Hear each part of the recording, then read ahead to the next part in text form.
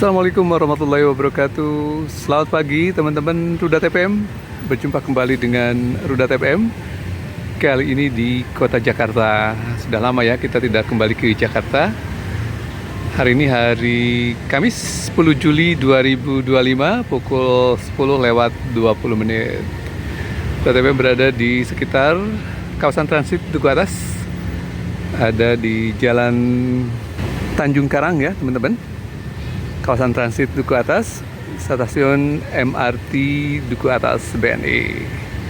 Nah, Rudat FM kembali ke Jakarta untuk kembali melihat Jakarta. Ada isu-isu apa yang berkembang di Jakarta dan hal-hal baru apa yang berkembang di Jakarta. Kita sudah sampai ke bulan Juli ya teman-teman. Semester 2 di tahun 2025. Apa reviewnya dari pemerintah, dari pemeringkat, ataupun dari Bappenas ya teman-teman, ataupun mungkin BPS tentang kinerja ekonomi Indonesia. Ya, kalau sudah teman-teman ikuti ya, di awal Juli lalu sudah ada beberapa hal yang update terbaru terkait kinerja ekonomi Indonesia.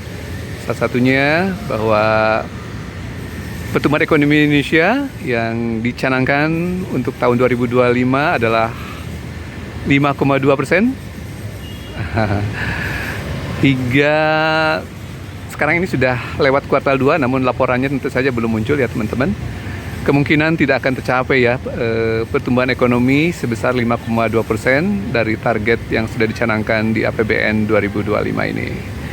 Dan itu sudah sepertinya diadres atau diakui juga oleh Bappenas, oleh Kementerian Keuangan ya. Jadi asumsi makro dari APBN 2025 banyak yang meleset ya. Kapan sih pernah tercapai? Jadi dalam 10 tahun terakhir gitu ya teman-teman. Asumsi makro pertumbuhan ekonomi salah satunya ya. Dalam 10 tahun terakhir di era Pak Jokowi hampir seluruhnya ya, kalau nggak boleh dikatakan tidak pernah tercapai ya asumsi makro, seperti halnya yang pertama pertumbuhan ekonomi, kemudian yang kedua asumsi nilai tukar. Kemudian juga misalkan lifting migas ya yang akan mempengaruhi pada pendapatan ataupun penerimaan negara di APBN 2025 dan sebelum-sebelumnya gitu ya. Nah, terpaksa sepertinya harus direvisi kembali ya di jelang semester 2 ini. Jadi 5,2% pertumbuhan ekonomi yang dicanangkan di era Prabowo, penerus dari era Jokowi. Sepertinya sama halnya seperti rejim sebelumnya. Target sekedar target teman-teman, namun pencapaiannya atau realisasinya tidak pernah tercapai. Semula dicanangkan di 2014 adalah 7%, juga tidak pernah tercapai, jauh panggang dari api ya. Dan demikian halnya sepertinya Pak Prabowo juga di tahun-tahun ini yang semula mencanangkan 5,2% untuk tahun 2025 sepertinya jauh ya. Kemungkinan realisasinya hanya di sekitar 4,8 sampai 5%. Soalnya di kuartal 1 sudah terlihat ya kinerjanya anjlok ke 4,87%. Nanti tinggal kita melihat di bulan Juli ini laporan kuartal keduanya seperti apa ya. Karena sudah lewat juga ya April, Mei, Juni. Nah, di April, Mei, Juni ini yang muncul di awal Juli sudah ada laporan mengenai kondisi ekonomi Indonesia dari sisi sektor manufaktur. Kinerja manufaktur yang merupakan kinerja penyumbang PDB yang cukup baik ya, walaupun di era Pak Jokowi sudah anjlok ke sekitar 84% kontribusi PDB, karena menyumbang tentu saja lapangan kerja yang cukup banyak. Nah, 3 bulan berturut-turut di tahun 2025 dari April, Mei, Juni, kondisinya suram ya industri manufaktur atau sektor manufaktur Indonesia.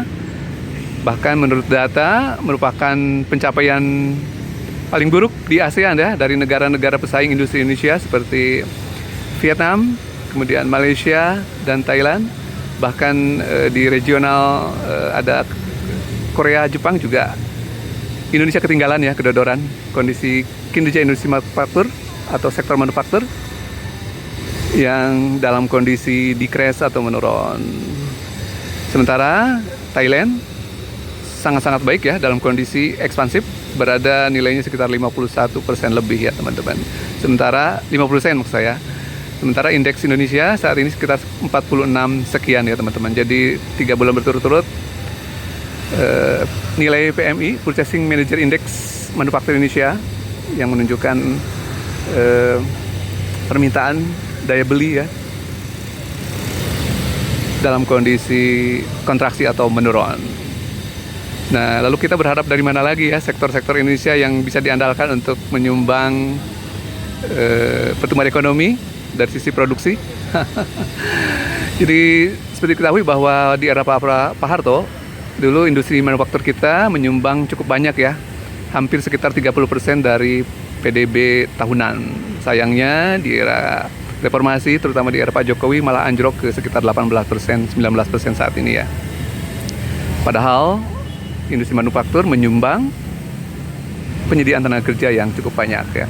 Ada industri padat karya seperti alas kaki dan tekstil ya, yang ribuan karyawannya dalam satu korporasi bisa puluhan ribu, bahkan mungkin lebih dari 20.000 ya, seperti kemarin Sritek ya, yang akhirnya kolaps juga, bangkrut. Sementara industri tekstil lainnya juga sudah lebih awal ya, yang lebih kecil ukurannya, size-nya dibanding Sritek yang kabarnya merupakan terbesar di Asia Tenggara ya. Akhirnya kolaps juga di era Pak Jokowi. Nah, target dari pemerintah di 2026 untuk mencapai pertumbuhan ekonomi di tahun 2029 sebesar 8%. Jadi janji Pilpres 2024 adalah 8% di tahun 2029. Pencapaian kue ekonomi atau pertumbuhannya, PDB ya, ditargetkan sekitar 6,3, 5,8 sampai 6,3. Tapi sektor apa yang bisa mendorong itu ya teman-teman? Sementara dari sisi pengeluaran juga pemerintah masih mengandalkan konsumsi masyarakat sebagai leader sektor ya, penyumbang PDB dari sisi pengeluaran. Dan adanya efisiensi anggaran di APBN justru malah menjadi minus ya, pengurang. Sehingga mengandalkan lagi ekspor dan investasi sebagai penyumbang atau kontributor lainnya. Namun di mana investasi yang saat ini ada ya teman-teman, bila mana daya beli atau permintaan masyarakatnya aja lemah, ya tentu saja investor nggak akan masuk ke kita ya, ke Republik Indonesia untuk menambah pundi-pundi PDB kita, termasuk penyediaan lapangan kerja. Jadi kita memasuki semester 2 yang sepertinya akan lebih gelap ya dibanding semester 1 yang ada momen Idul Fitri, ada kemudian awal-awal tahun baru ya. Ya kita sebagai masyarakat tentu saja hanya bisa berdoa dan pasrah ya. Barangkali sekedar mengomel di medsos ya boleh-boleh saja sih, karena saat ini tentu saja tidak ada oposan di pemerintahan.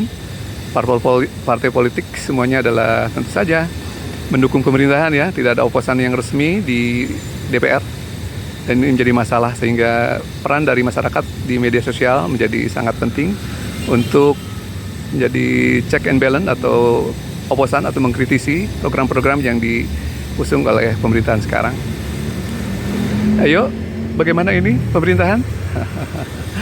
Sudah 9 bulan ya, kita tidak harus menunggu sampai bertahun-tahun untuk terlihat trennya nih teman-teman. Di dalam tren awal juga sudah terlihat seperti ini.